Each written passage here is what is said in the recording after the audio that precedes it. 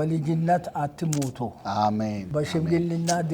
ድሃ አትሁኑ አሜን በእግዚአብሔር የተባረካችሁ ሁኑ አሜን በጌታ በኢየሱስ ስም የተባረካችሁ ሁኑ አሜን ምሳሌ ምዕራፍ 10 ቁጥር 22 ላይ የእግዚአብሔር በረከት ባለጠጋ ታደርጋለች ይላል የሰማይ አምላክ በረከት በእናንተ ላይ ይሁን አሜን የእግዚአብሔር ክንድና ኃይል ከእናንተ ጋር ይሁን አሜን ፍጹም ክፉ አያገኛችሁ አሜን ወጣችሁ ገብታችሁ በእግዚአብሔር መልካምነት ውስጥ ተመላለሱ አሜን ጸጋውን ያብዛላችሁ አሜን አፋችሁ እንደ እግዚአብሔር አፍ ጠላትን የሚገል ቅዱሳንን የሚያሳድግ ይሁን አሜን ክፉ አያገኛችሁ አሜን የእግዚአብሔር ሰላም ጠብቆ በሰላም ኑሩ አሜን እድሜያችሁ በልማትና በጸጋ